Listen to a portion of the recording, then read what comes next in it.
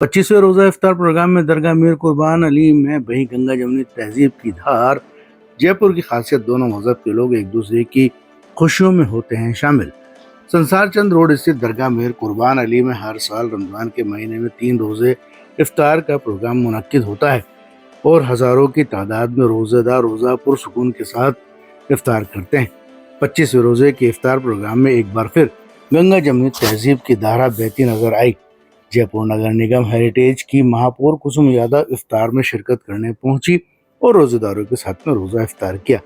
दरगाह सज्जादा नशीन doctor Habibur Rahman Niazi ने कहा कि दरगाहों खानकाहों की यही खासियत होती है कि हर मजहब का शख्स आता है और जयपुर की जो रिवायत सदियों से चली आ रही है और रमजान के महीने में दरगाह में देखने को नजर आती है। हेरिटेज महापौर कुसुम यादव ने कहा कि जयपुर शहर की हमेशा से ये खासियत रही है कि दोनों मजहब के लोग खुशियों में शामिल होकर एक दूसरे की मुबारकबाद देते हैं और सदियों पुरानी तहजीब को जयपुर के लोगों ने जिंदा रखा हुआ है। नायब सज्जादा नशीन सैयद फैजुर रहमान नियाजी ने कहा कि दरगाह में हर साल रमजान के महीने में 16, 25, 29 रोजे का इफ्तार होता है और दरगाह जयपुर में एक मिसाल है कि हर तबके का शख्स रोज़ा इफ्तार करने के लिए शामिल होता है और पुरसुकून के साथ इफ्तार करता है।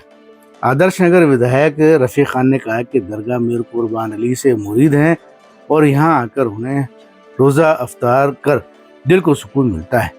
जयपुर की यह दरगाह देश भर में एक मिसाल कायम किए हुए है कि हर मज़हब के लोग यहाँ बेधड़क आते हैं और रमज़ान में जो इफ्तार का इंतज़ाम होता है वो काबिल तारीफ़ है।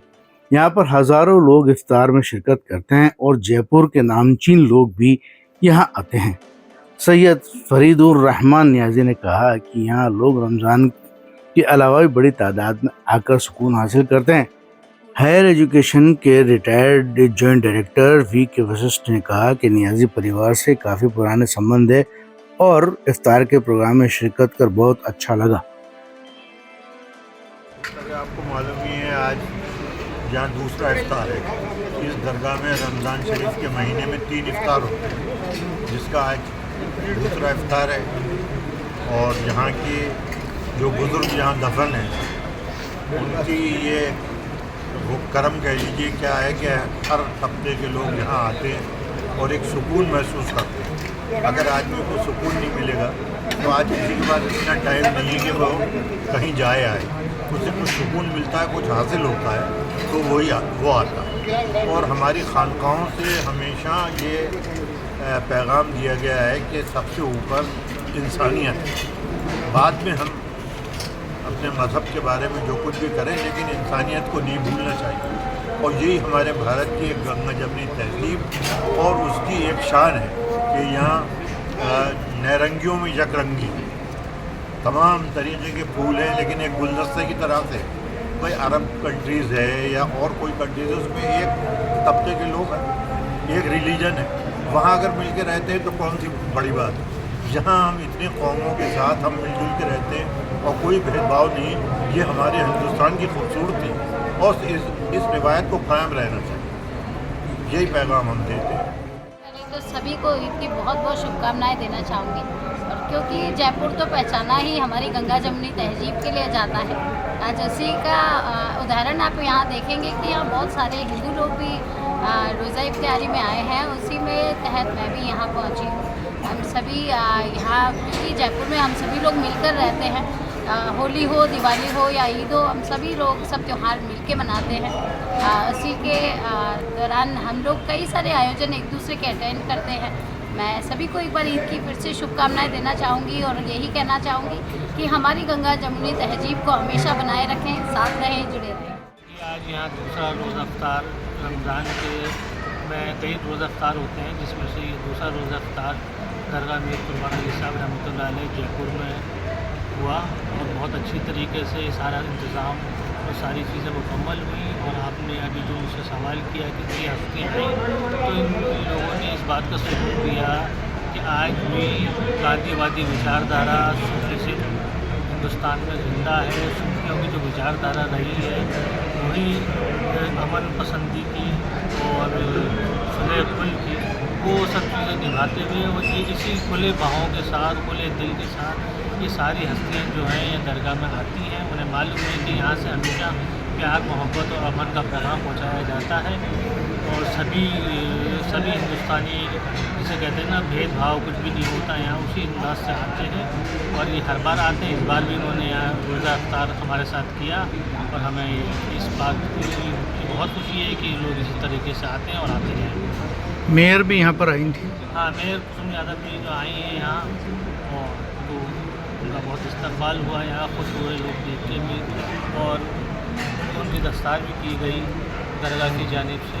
तो यहाँ का यही फ़ायदा रहा है, जो भी यहाँ आता है उसकी दस्तार दरगाह की तरफ से होती है। सज्जाद से ख़ास तौर से ख्याल रखते हैं इस चीज़ का और गैर मुस्लिम भी कहीं आते हैं तो उनके लिए बैच चीज़ों का ज़्यादातर इंतज़ाम और रमज़ान में रोज़ा इफ्तार हमेशा ऐसी चीज़ों से किया जाता है जो हर तबके का लोग खा ले, हर धर्म का इंसान आके यहाँ खुशी महसूस करे और सुकून। हमेशा की तरह रोज़ा इफ्तार बहुत खुशहाली से मनाया गया और मैं यहाँ से मुरीद भी हूँ, तो मेरी इस जगह के प्रति आस्था एक अलग से है और जब भी यहाँ आकर के मैं रोज़ा इफ्तार करता हूँ तो बहुत खुशी महसूस करता हूँ और ख़ास तौर से मियाँ साहब के सानिध्य में बैठ के रोज़ा इफ्तार करने से एक अलग सी फीलिंग है। तो मैं सभी रोज़ेदारों को बधाई देता हूँ, मुबारकबाद देता हूँ और एडवांस में ईद की मुबारकबाद देता हूँ। चंद रोज़े बचे हैं, अलविदा जुमे के बाद में ईद सेलिब्रेट करेंगे, अलविदा जुमे की नमाज होगी। सभी को बहुत बधाई, बहुत मैं तो याजी साहब मेरे भाई हैं, हम लोग दोनों कॉलेज एजुकेशन में साथ भी हैं। मेरा इस्लाम के प्रति बहुत अध्ययन है और मैं चाह रहा था कि मैं एक बार और मुबारकबाद आपसे मिल के मेरे को बड़ा सुकून मिलता है। मैं इनके बुलावे पर आया हूँ, बहुत अच्छा लगा और देश की खुशहाली के लिए भगवान से अल्लाह से प्रार्थना करेंगे। सर, क्या कहना चाहेंगे आज के दौर को लेकर के, जिस तरीके से माहौल बना हुआ है और आज एक गंगा जमुनी तहजीब मीर जी के बाग में नज़र आ रही है, इसको लेकर? देखिए, यहाँ तो गंगा जमुना है, हाजी साहब के यहाँ तो सब कोई दिक्कत ही नहीं है। बाकी देश में कुछ है तो छोटी बात है, ये ठीक रहेगा, हमेशा ठीक रहता है। पहले भी कभी ऐसा हुआ तो ठीक ही रहा, तो यहाँ सब अच्छा ही रहेगा। मैं बहुत मुबारकबाद देना चाहता हूँ सबको, रोजे की भी, रमज़ान की भी और आगे आने वाली भी। सर, शुभ नाम बताएं। डॉक्टर विजय वशिष्ठ। ईद भी आ रही है, जुमातुल विदा भी है। मैं तो ये कह रहा हूँ कि ये जो महीना पूरा है हमारे हिसाब से बरकतों का महीना है और दूसरे ये आम लोगों को आत्मनियंत्रण सिखाता है, संयम सिखाता है और बुरे विचारों से अपने को आदमी दिन भर दूर रखता है। तो इससे क्या आदमी के शरीर और आत्मा दोनों पाक हो जाती है और मैं इसके लिए मतलब ईद के लिए यही चीज़ें देना चाहूँगा, सब मिलजुल कर भाईचारे के साथ ईद मनाएँ और मुसलमान हिंदुओं को ईद की मुबारकबाद दें, उनको दावत दें, उनको सिवैया खिलाएँ मुसलमान खास तौर से। जी, मैं कहना चाहूँगा ये जो रोज़ा इफ्तार चला आ रहा है ये कई सालों से होता आ रहा है और इसमें आने वालों की तादाद हमेशा बढ़ती जा रही है। ये रोज़ा इफ्तार का मकसद असल में लोगों को साथ लाना है, एक मंच पर लाना है और यहाँ पे सिर्फ मुसलमान ही नहीं, हर तरह का, हर मज़हब का आदमी आता है ताकि हमें गंगा जमुना तहजीब का हम यहाँ पर उदाहरण दे सकें। यहाँ पे हर तरह का लोग आता है और एक एकता का परिचय ये रोज़ा इफ्तार बन चुका है।